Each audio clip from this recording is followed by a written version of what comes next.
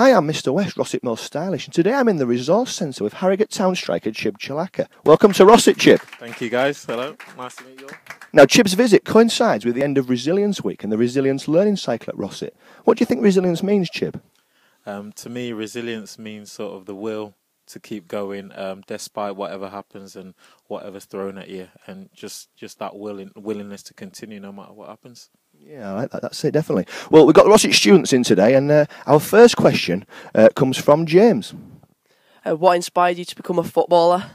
I think football sort of ran in the blood in my family. My dad's a doctor now, but when he was growing up, he told me that at school he was a footballer and he played football for his university. And back then you couldn't make much of a good living in football, especially coming from Nigeria, where he was born and raised. So football wasn't really a career path back then. You know, if you played football, people sort of looked down on you. So he was advised to stick to football, but he always loved football, and people always said to him that if he wasn't a doctor and if he could make a career out of it back then, he would have been a footballer. So growing up, me and my younger brother, he's about 6 years younger than me, we were in the garden every single day playing football right from a young age. And even though he was 6 years younger than me, we'd compete, really go at it, tackling each other, roughing each other up in the garden every single day. And that's sort of where that love of football built up right from when I was young. Was there ever a point in your football life when you were doubted by people and you had to bounce back? And in short, yes. Football is a game of opinions, as you all know about. Everyone has their favourite player and everyone has their worst player. I've certainly got mine. So yeah, you're going to be doubted every step of the way, and it starts right from when you're a youngster. As a 16-year-old, I signed for Leicester City when I was about 16, and I signed about three months before they were handing out YTS contracts. This is like youth contracts, and I didn't get one because I signed too soon to the time when they were giving them, so they didn't have a long enough time to judge me. So I was released. So that was the first sort of doubt as a footballer that I had. But I carried on, did my A-levels, and at 18 I signed a professional contract for Notts County. So that was, a sign of where I had to bounce back, and I did sign the contract when I was 18. Played a year as a professional before going to university.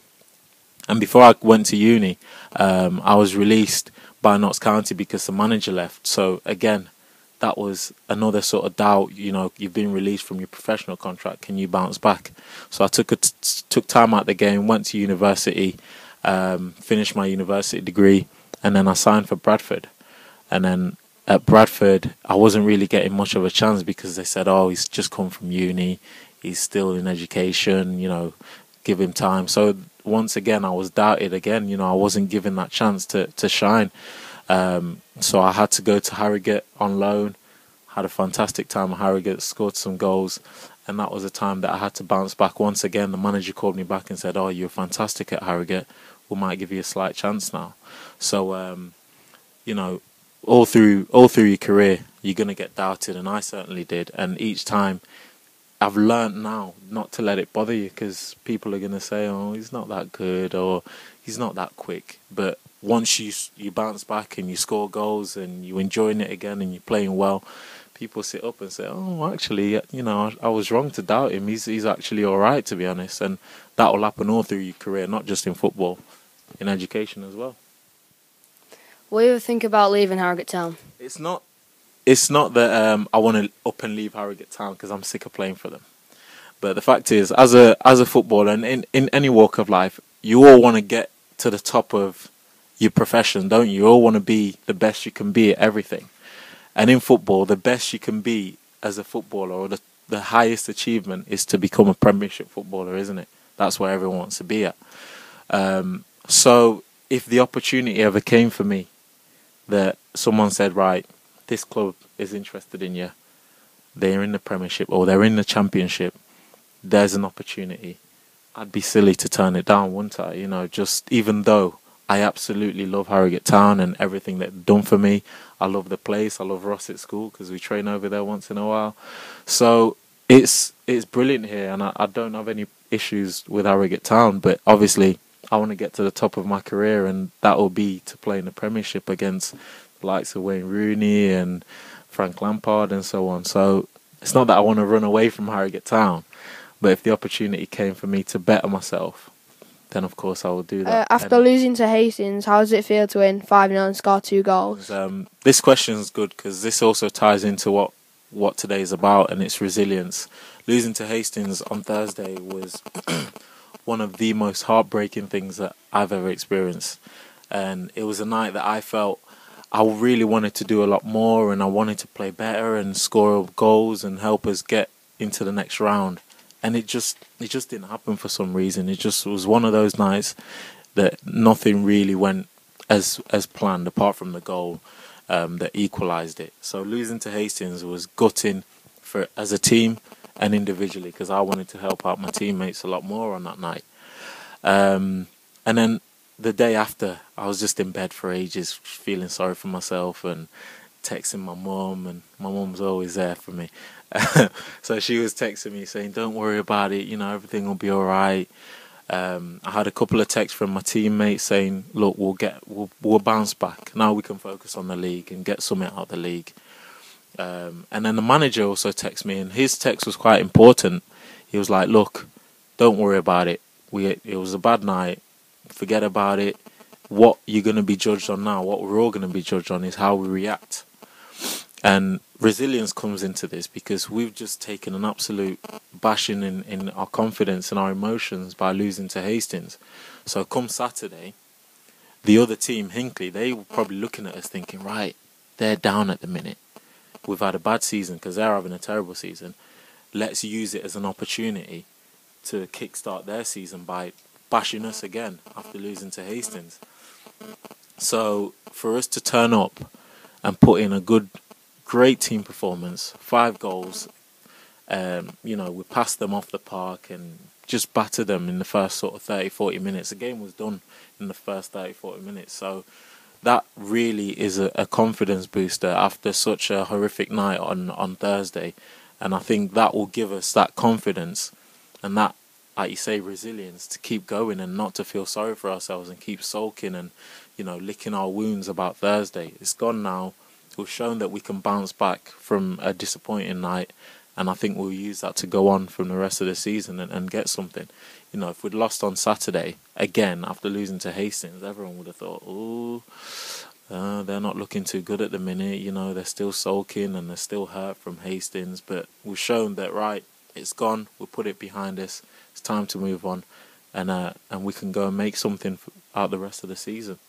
When you came from Nigeria to here, did you know any English? Yeah, once again, another good question that we can also tie in the whole resilience theme to. Like you say, I came from Nigeria. I came here when I was about 6, and my dad's a doctor.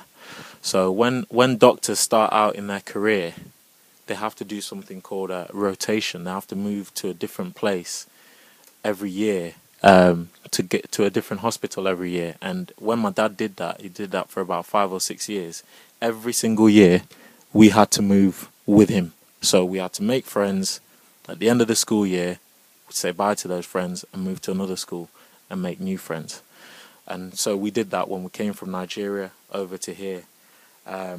Nigeria is a country made up of 3 different sort of districts, but the universal language is English, even though it's broken and it's a bit Africanized, if you like. We do speak English. So I could speak English when I came, but it was with an accent. And then, coming from a country with with an African accent, going to English schools was very difficult for us. So when you talk about resilience, we just had to get on with it. We just had to do our best, try and learn how everyone else spoke and try and blend in and make friends and just keep going, despite the fact that every single year we'd move to a different place with different accents. We started off in the Lake District, then we moved to Newcastle, then we moved to Gloucester, and then we moved to Leicester. So if you can imagine, those are all different places with really strong different accents. So every year when my dad moved, we had to sort of learn and blend in and learn that accent and speak to the guys and, sort of just get on with it. So when you talk about resilience, that's you know, I look at that as a big part of resilience, because that taught me that no matter what happens and no matter where you go, you just got to get on with life and blend in and do your best and make friends around you. So that for me, that exemplifies resilience. Had an injury where you thought you wouldn't be able to play again? After I left Bradford, I went down south to Braintree, which is in Essex. It's about 2.5 hours away from my family, who live in Derby. So I was travelling up and down a lot in between games. And I remember around September time, start of the season, been doing really well, had a good pre-season, felt nice and strong.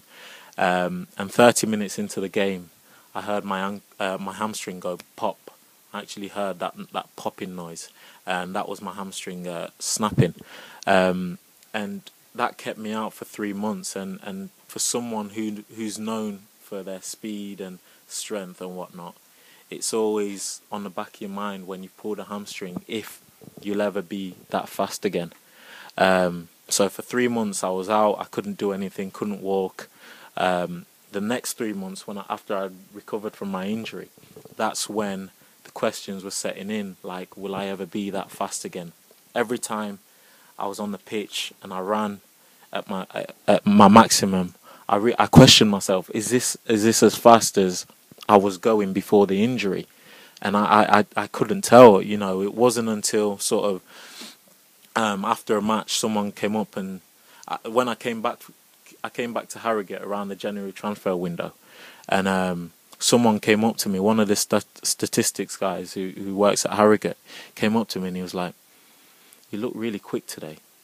And I thought, oh, okay. Well, I've not thought about running all through the game, and someone just mentioned that I look really quick and sharp. So maybe that means that I'm not thinking about that injury anymore, and people aren't noticing a significant drop in how quick I am, if you like. So maybe that's me getting over that injury. And from there on, that gave me the confidence. So when I was out on the pitch, I knew, okay, you're actually quick. People are saying that you're quick again. So just go on and enjoy the game and run your heart off like you've always done before. And I'm sure everything will be all right. Since then, touch wood, I've not pulled anything and I've not felt anything. And if anything, people say that I look quicker than I did last year. So yeah, that was definitely my biggest injury, but I'm very grateful that I got over it, because that's something that I really rely on, my speed. So good question. What has been the highlight of your career so far? You know, this is about resilience, and it's about your personal story and what drives you on. And a few of mine have been things like, I signed for Notts County when I was 18, and I got into their first team when I was 18. And as a youngster, you all know that you know signing for a professional club is a big thing. It's a huge thing. So that was big for me. Signing for Bradford after university, you know, after 4 years out of the game, not really knowing where I could fit back in, Peter Taylor signed me, and that was after a 2-week trial. So that was an amazing experience. That was a big highlight for me. But definitely, I think it has to be 2-3 weeks ago when I scored against Torquay in the FA Cup.